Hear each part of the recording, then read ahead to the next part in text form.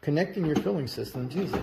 First, you connect the pump to your melting tank.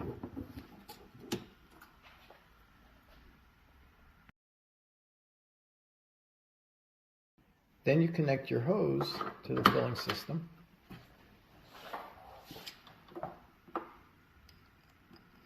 Connect the 5-pin plug to the 5-pin, and you connect the 3-pin to the 3-pin.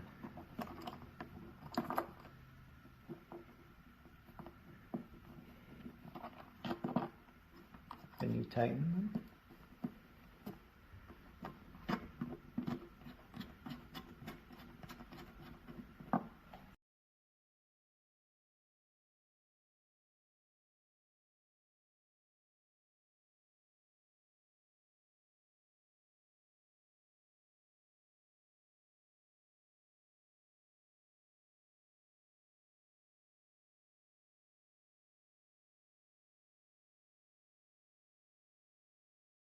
Plug in the unit,